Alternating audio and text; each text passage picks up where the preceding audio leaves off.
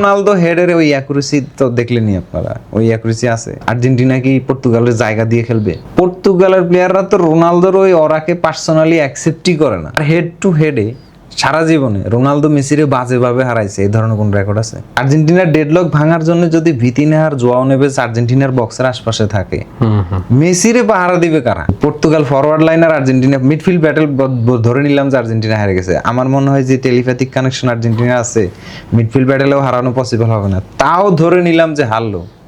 বিশ্বকাপের কোয়ার্টার ফাইনালের ইকুয়েশন সবাই বলছে যে এটাই হতে যাচ্ছে, পর্তুগাল ভার্সেস আর্জেন্টিনা।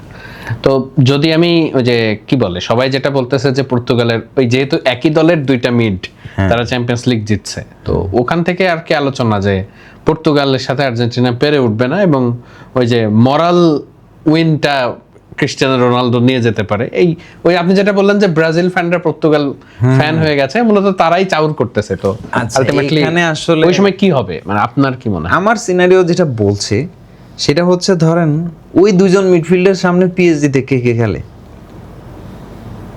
কাবিচা কাভারাৎসকেলিয়া, ডেজিরে ডুয়ে, তারপরে ওসমান ডেম্বেলে, এবং তাদেরকে উইং বেজে সাপোর্ট দেয় আশরাফ হাকিমি আর নুনো মেন্দেস। পর্তুগালে কে দিবে? রাফায়েল লিয়াও ফর্ম আছে?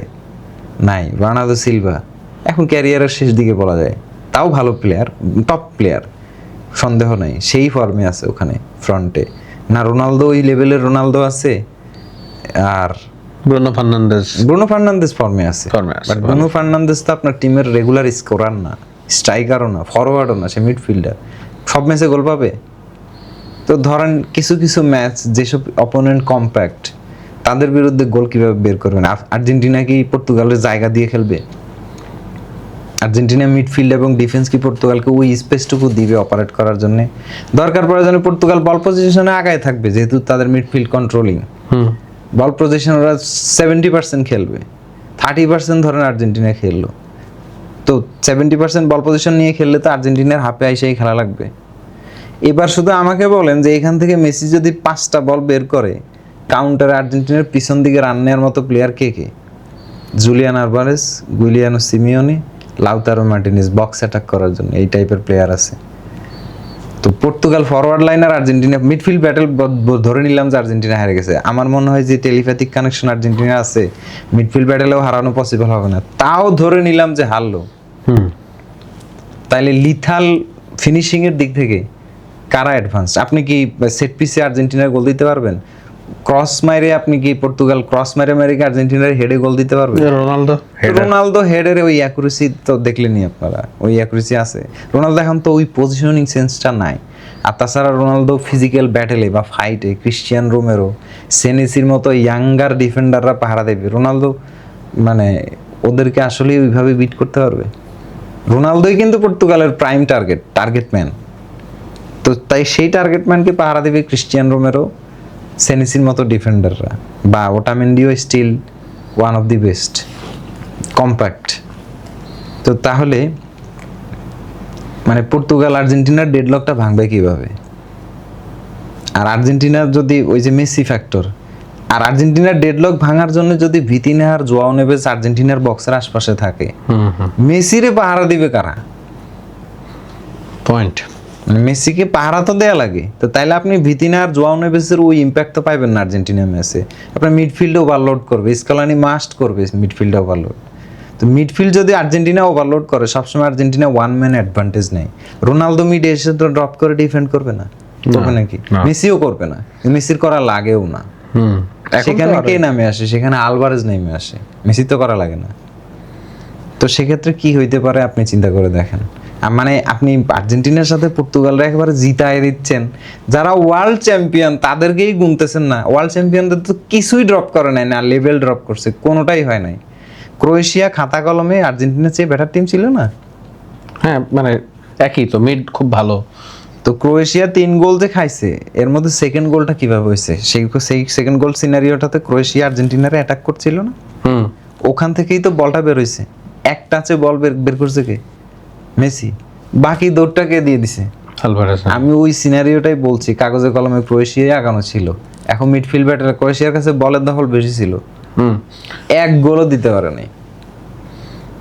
রেজাল্ট ছিল 3-0। তা আপনার মানে আমার কাছে মেসি আছে, নার্ভে ওইভাবে আগানো আছি। আর ওই মেসির আর আরেকটা এখানে আরেকটা ব্যাপার আছে, সেটা হচ্ছে মজার ফ্যাক্টর হচ্ছে মেসি রোনালদোর একটা ডিবেট আছে। ওই ডিবেটটাই মেসির সাথে আর জাতীয় দলে মেসির টিমমেট খেলে না, যারা খেলে তারা আমাদের বয়সের প্রত্যেকটা মানুষ হলো মেসির ফ্যান। এরা মেসির আগের টিমমেট তো কখনোই ছিল না, এখন এসে টিমমেট হয়েছে, তার মানে এরা মেসিরে দেখে দেখে ক্যারিয়ার গ্রো করছে, বড় হয়েছে। তো এরা হচ্ছে মেসির জন্য আমরা যেরকম ব্যাটেল করি অনলাইনে এদিক সেদিক বলি বা ফাইট করি, মেসি ফ্যান যারা আছে যেরকম সিনারি, এরা হলো ফ্যান। আরও তারা আর্জেন্টাইন। পর্তুগালের প্লেয়াররা তো রোনালদোর ওই অরাকে পার্সোনালি অ্যাকসেপ্টই করে না যে তার জন্য যুদ্ধ করবে। তো এখন আর্জেন্টিনার প্লেয়াররা চিন্তা করবে এটা হলো মেসি রোনালদো ডিবেটের মানে লাস্ট প্রেস্টিজিয়াস ফাইট। আর তো হওয়ার চান্স নাই। আর হেড টু হেডে সারা জীবনে রোনালদো মেসিরে বাজেভাবে হারাইছে এই ধরনের কোন রেকর্ড আছে? মেসি হারাইছে। আমি কি বললাম? তো মেসির হচ্ছে তার ক্যাপাবিলিটি যদি ধরেন 80% থাকে, ওই দিন মেসি পুশ করবে 130%। যেমনি হোক আজকে জিততে হবে। আপনি একদম কোয়ার্টার ফাইনালে আর্জেন্টিনারে হারাই দিতেছেন। আমি বলতাম কোয়ার্টার ফাইনালে পর্তুগালের চেয়ে যদি নেদারল্যান্ড আসতো তাহলে আমি বেশি ভয় পাইতাম। কারণ ডাচ টিমের মিডফিল্ড সিনক্রোনাইজেশনটা আর পাসিং সিস্টেমটা আর্জেন্টিনার সিমিলার টাইপের। আর এই যে আর্জেন্টিনার যে ট্যাঙ্গো, এইটারই তো আপগ্রেডেড ভার্সন হলো টোটাল ফুটবল। আর টোটাল ফুটবলের জনক হলো ডাচ, মানে ক্রুইফের কান্ট্রি।